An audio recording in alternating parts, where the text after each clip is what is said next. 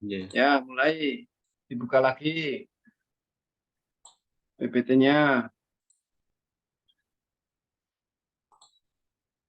Nggih. Ya, dimulai.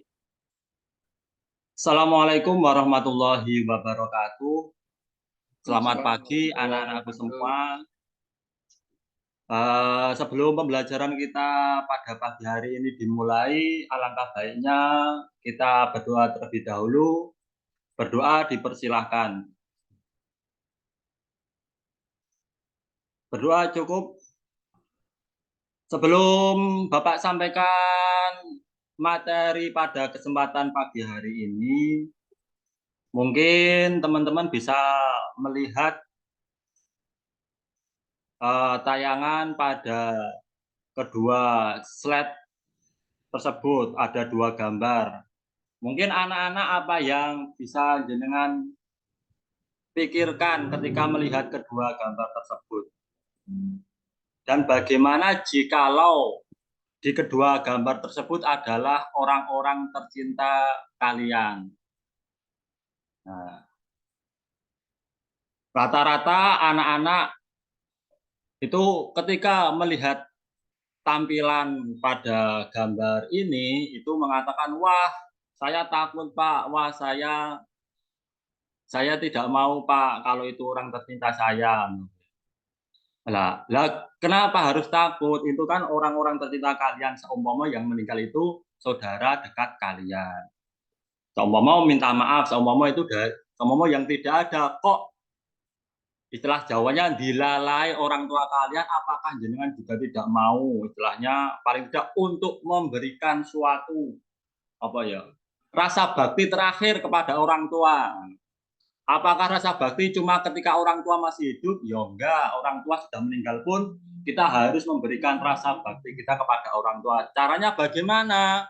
Caranya ya kita mau ketika mengurusi jenazah orang tua kita. Jangan takut. Sebisa mungkin ketika orang tua kita tidak ada, kita berinisiatif untuk ikut paling tidak ketika mensolatilah.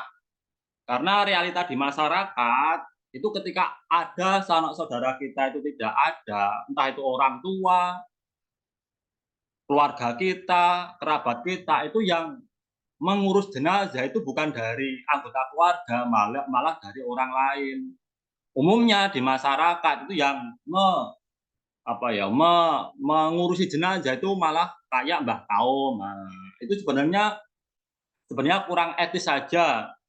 Seumpama nanti yang meninggal wanita, ibu kita atau saudara kita perempuan, itu kan nggak etis kalau diurus sama Mbah Kaum, seumpama seperti itu. Lah bagaimana caranya? Ya caranya kita harus tahu dulu bagaimana tata cara pengurusan jenazah yang baik, yang sesuai dengan syariat Islam seperti itu. Nah langsung saja anak-anak untuk yang berikutnya Bapak tampilkan, yaitu ini materi kita pelaksanaan pengurusan jenazah.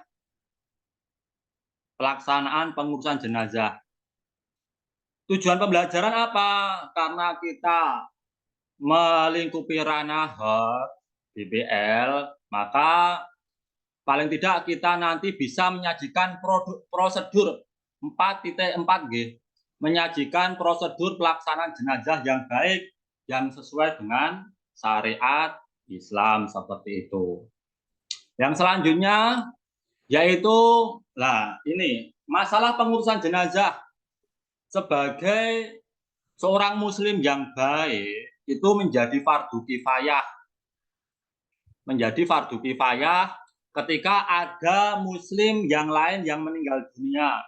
Kewajibannya apa saja? Kewajibannya yaitu yang pertama memandikan jenazah, mengkafani jenazah, terus mensolati jenazah dan menguburkan jenazah.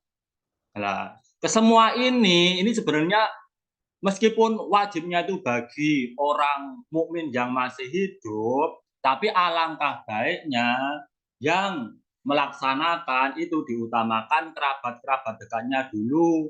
Seumpama Bapak berikan contoh, seumpama yang meninggal dunia itu orang tua kita, yaitu sebisa mungkin yang mengurusi itu dari anak-anaknya. Kalau anak-anaknya mampu. Kalau nggak mampu bagaimana? Ya harus belajar bagaimana tata cara mengurusi jenazah. Yang pertama memandikan, yang kedua mengkafani, yang ketiga mensolati, dan yang keempat mengubur. Langsung saja untuk yang pertama, langkah pertama yaitu cara memandikan jenazah. Nah, di sini Bapak mengambil referensi dari salah satu kitab, yaitu kitab Safinatun Najah. Nah, di Safinatun Najah itu dikatakan cara memandikan jenazah minimal, maksudnya minimal itu bagaimana Pak? Maksudnya minimal yaitu paling sedikit dianggap sah. Paling tidak dianggap sahnya memandikan jenazah itu bagaimana? Yaitu membasahi seluruh tubuh badan jenazah itu menggunakan air tanpa kecuali. Seumpama kita berbicara tega-tegaan seperti itu. Kita tega semua, wah ini ada kolam, ada bak, ada bak kolam air. Seumpama terus jenazahnya itu istilahnya apa? Dicemplungke ya, dicemplungke terus diangkat. Kalau airnya itu sudah merata, ya sudah sah. Tapi ini masalah etis dan tidaknya seperti itu. Apa ulangi lagi, minimal paling sedikit dianggap sahnya yaitu air itu merata ke seluruh tubuh si jenazah. Nah, cara sempurnanya bagaimana? Tadi ada istilah minimal, sekarang sempurnanya memandikan jenazah yaitu dengan membasuh kubul dan duburnya, membersihkan hidung dari kotoran, mewudukannya, memandikannya sambil diurut perute, digosok dengan air sabun atau daun bidara kalau istilahnya zaman dulu, dan menyiramnya tiga kali. Ini sebenarnya besok dalam demonstrasi itu lebih detailnya akan Bapak jelaskan untuk pertemuan yang kedua, tata cara seperti ini, teman-teman anak-anakku semua. Mungkin ini cuma gambaran sepintas berkaitan dengan materi hari ini. Untuk prakteknya demonstrasi kita besok akan mempraktekkan seperti itu. Karena urut-urutannya itu sebenarnya panjang. Bagaimana kita harus menyiapkan terlebih dahulu tempat agar sesuai dengan istilahnya norma kemanusiaan seperti itu. Kayak seumpama baik mana toh seumpama jenazah itu ketika memandikannya dibopong dengan ketika diletakkan di atas meja seumpama lah, itu kan nanti akan kita bahas ketika praktek pertemuan kedua seperti itu. Nah, ini gambaran sekilas berkaitan dengan memandikan jenazah. Terus yang kedua yaitu tata cara mengkafani jenazah. Nah, ini masih Bapak ambilkan dari kitab Safinah. Cara mengkafani jenazah itu ada istilah minimal. Nah, minimal dianggap sahnya memandikan jenazah itu bagaimana? Yaitu dengan sehelai kain kafan yang mampu menutupi seluruh badan si jenazah. Kain kafan ini jangan jenengan anggap kain kafan kayak model sekarang gitu, nggih. Maksudnya kain kafan di sini yang penting sesuatu yang bisa menutupi jenazah tersebut. Masalahnya kan kalau zaman dulu mungkin kita sangat kesulitan untuk mencari kain kafan. Dan mungkin kalau dulu kan kain juga mahal. Pak, terus kalau diganti dengan kalau dulu dengan tikar atau seumpama kantong goni itu bagaimana, Pak? Atau dengan kalau zaman dulu nggak ada kain terus dengan dedaunan yang dianyam itu bagaimana, Pak? Ya boleh-boleh saja, asalkan itu mampu untuk menutupi badan si jenazah. Minimalnya seperti itu. Nah, sempurnanya itu kalau laki-laki itu menggunakan 3 helai kain kafan. 3 helai itu untuk apa saja, Pak? 3 helai itu yang pertama untuk menutupi antara pusar sampai kaki si jenazah.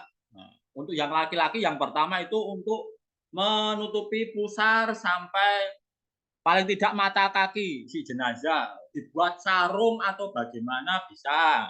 Nah, itu yang pertama. Yang kedua yaitu untuk yang kedua dan yang ketiga itu untuk menutupi seluruh tubuh si jenazah. Nanti Bapak gambarkan di papan tulis gini. Yang pertama untuk sarung, yang kedua dan ketiga itu untuk dirangkap seperti itu nanti untuk membungkus seluruh tubuh si jenazah laki-laki seperti itu. Biasanya kalau kainnya cupat itu nanti bisa diperlebar agak ditenggangkan atau dibuat menyilang seperti itu. Nah, kalau perempuan itu sunahnya menggunakan 5 helai kain. 5 helai kain itu untuk apa saja, Pak? Yang pertama yaitu untuk baju kurung. Nah, yang pertama itu untuk baju kurung. Baju kurung itu bisa dibuat kayak rompi seperti itu. Nah, nanti kertas seperti ini dilipat menjadi 2. Nah, nanti disobek tengahnya. Tengah ini disobek terus dipakaikan. Nah, dipakaikan menjadi baju kurung seperti itu. Terus yang kedua yaitu untuk khimar, yaitu penutup kepala. Ini nanti bisa dibuat kayak kalau teman-teman yang perempuan itu memakai jilbab, seperti itu. Atau dicukup jilbab dibuat segi 4, jilbab segi 4 ini dilipat menjadi segitiga terus dibuat khimar penutup seperti itu. Terus yang ketiga yaitu untuk sarung kayak laki-laki, dibuat sarung untuk menutupi antara pusar sampai lutut si jenazah perempuan. Nah, jadi baju kurung, jilbab, terus sarung. Nah, terus yang terakhir yaitu kain yang keempat dan kelima itu untuk menutup seluruh tubuh si jenazah perempuan kayak laki-laki tadi. Dirangkap menjadi 2 terus nah terus nanti itu mengikatnya bagaimana Pak? Apakah sunahnya harus 7? Apakah harus ganjil? Tidak. Itu nanti menyesuaikan untuk mengikat jenazah itu nanti menyesuaikan tinggi atau pendeknya tubuh si jenazah. Kalau tubuhnya jenazah itu panjang, mengikatnya 7 saja tidak cukup ya ditambah nggak masalah. Kalau seumpama jenazahnya itu istilahnya tubuhnya agak pendek seperti itu, kalau 7 kebanyakan malah kayak lemper seumpama, nah itu nanti dibuat seumpama 5 atau 4 itu juga tidak masalah. Yang penting mengacunya batas minimal yaitu dengan sehelai kain yang menutupi seluruh anggota tubuh si jenazah. Sudah paham anak-anak? Sudah Pak. Oke lanjut. Yang selanjutnya yaitu cara mensolati. Cara mensolati jenazah. Mensolati. Kalau mensolatkan itu biasanya nanti jenazahnya berdirikan terus dioplek-oplek enggak. Mensolati jenazah. Diperhatikan nggak anak-anak? Untuk syarat mensolati jenazah itu syaratnya yang penting kayak orang mau melakukan sholat fardu lah. Sholat biasa ya harus suci dari najis, harus suci dari hadas besar, harus menggunakan pakaian yang menutupi aurat, tempatnya harus suci sama. Yang membedakan apa? Yang membedakan yaitu berkaitan dengan rukun-rukunnya. Masalahnya berbeda antara rukun sholat biasa dengan rukun dalam mensolati jenazah. Rukun itu apa Pak? Rukun itu ya sesuatu yang wajib dilaksanakan ketika kita melakukan sesuatu tersebut.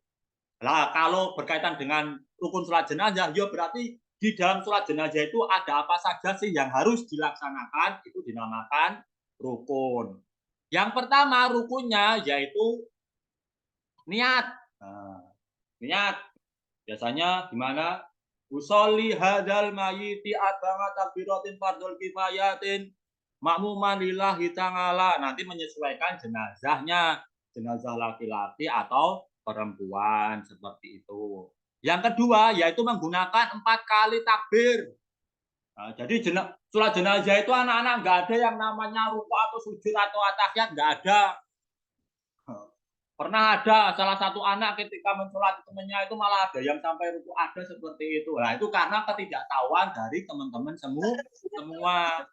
Nah, jadi rukun yang kedua yaitu menggunakan 4 kali takbir. Nah, rukun yang ketiga yaitu berdiri bagi yang mampu. Nah, ini sama kayak sholat fardu itu kalau mampu berdiri harus berdiri, begitu juga sholat jenazah. Sholat jenazah itu kalau mampu berdiri wajib hukumnya berdiri seperti itu. Nah, rukun yang keempat yaitu membaca surat Al-Fatihah. Surat Al-Fatihah ini dibaca ketika takbiratul ihram, takbir pertama. Nah, ketika niat Allahu Akbar terus membaca Fatihah. Nah, setelah itu takbir kedua Allahu Akbar, itu yang kelima ini membaca sholawat Nabi, Allahumma sholli ala Muhammad, Allahumma sholli ala Sayyidina Muhammad. Nah, sunahnya seperti itu. Sunah membaca sholawat kayak jenengan membaca sholawat ketika tahiyat akhir. Allahumma sholli ala Sayyidina Muhammad wa innaka Hamidun Majid, itu boleh. Yang penting ada sholawatnya.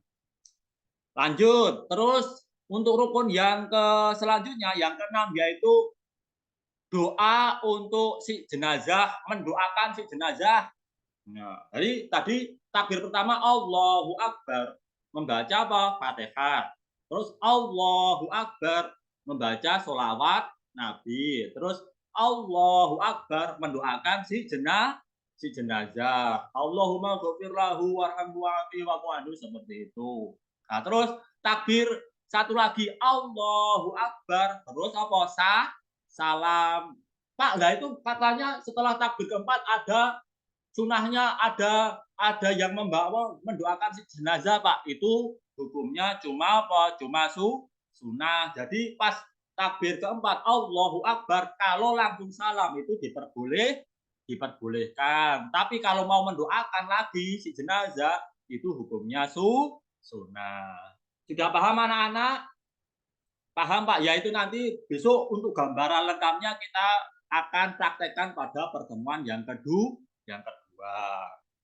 Yang selanjutnya yaitu, lah ini tata caranya mensolati jenazah. Besok kita praktekkan ya anak-anak pada pertemuan kedua. Nah, terus yang terakhir yaitu menguburkan jenazah. Nah, ini masih Bapak ambilkan referensi dari kitab Ta'limul Mutalim. Nah, di sini dalam menguburkan jenazah itu sekurang-kurangnya, minimalnya yaitu apa? Yaitu adalah membuat suatu liang lahat yang mampu untuk menutupi bau, yang bisa menutupi bau si jenazah, si mayat, dan menjaganya dari galian binatang buas. Nah, sekurang-kurangnya, Bapak ulangi ya, sekurang-kurangnya yaitu yang bisa lubang yang bisa untuk menutupi bau si jenazah, dan menjaganya dari galian binatang buas. Seumpama ada kita membuat cuma 1 meter lah, ketika si jenazah itu nanti dikubur dengan apa? Dengan liang lahat yang dalamnya cuma 1 meter dan baunya sudah tidak keluar, itu sudah diperbolehkan. Tapi kok 1 meter masih baunya masih tercium, ya harus didalamkan lagi 2 meter atau berapa seperti itu. Dan sekiranya binatang buas nanti juga apa? Kalau mau menggali itu kesusahan, tidak bisa digali oleh binatang kayak seumpama anjing liar atau kucing liar, nah, itu sudah kesusahan. Nah, itu minimal sekurangnya menguburkan jenazah itu seperti itu.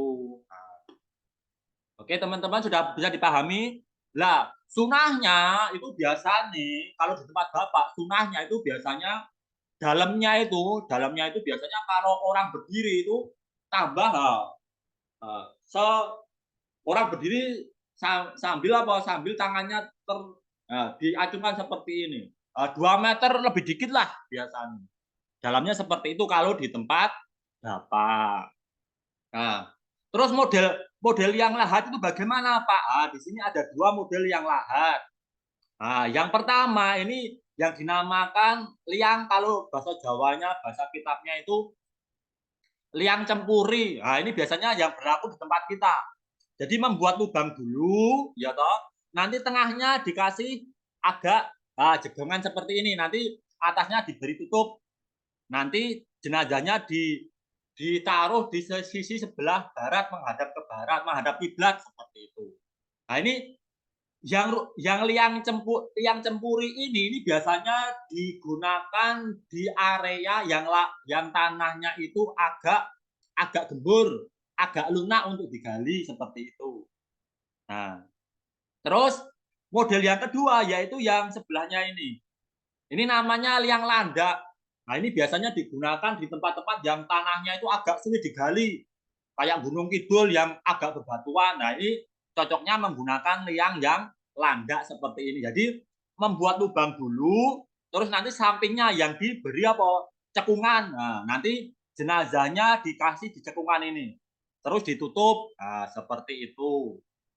Nah, terus lebih baik yang mana Pak antara liang yang apa cempuri dengan liang yang landak? Kalau menurut kitab itu lebih disunahkan liang yang landak seperti itu.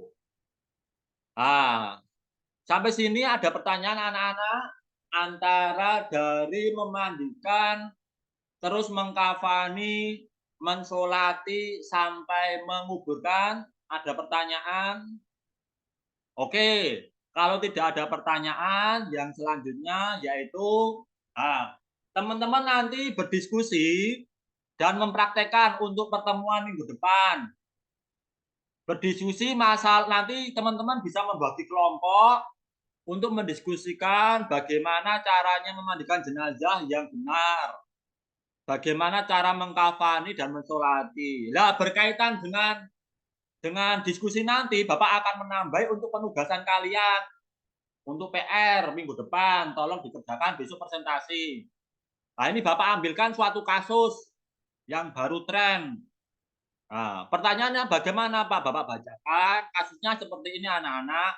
Nah, jikalau ibu hamil termasuk dalam kelompok manusia, ibu hamil termasuk dalam kelompok manusia rentan, terutama soal keselamatan. Jika sampai sakit, seringan apapun dampaknya bisa besar bagi ibu maupun janin yang dikandung. Nah, kasus seperti ini masih banyak terjadi di Indonesia. Yang terbaru yaitu meninggalnya pesinetron Sapira Indah akibat flek paru-paru. Nah, diketahui Sapira ini tengah mengandung 6 bulan. Hal ini tentu menjadi sumber kesedihan yang mendalam. Nah, pertanyaannya, dari gambar di atas, di samping ini, bagaimanakah jika di tengah-tengah masyarakat terjadi kasus pemakaman jenazah wanita, sedangkan baru belakangan diketahui jenazah itu mengandung. Nah, itu bagaimana nanti sikap orang yang masih hidup. Nah, itu nanti jenengan diskusikan. Minggu depan kita melakukan praktek, memandikan, mengkafani, mensolati, dan dari kelompok yang sudah dibagi, itu teman-teman nanti mempresentasikan dari hasil kasus berikut. Oke, anak-anak, untuk pertemuan hari ini ada pertanyaan? Kalau masih kurang, kita lanjut pertemuan kedua untuk minggu depan. Oke, cukup sekian materi dari Bapak untuk hari ini. Banyak salahnya Bapak minta maaf, Bapak akhiri. Assalamualaikum warahmatullahi wabarakatuh. Sampun Bapak. Waalaikumsalam warahmatullahi wabarakatuh. Ditutup dulu ya.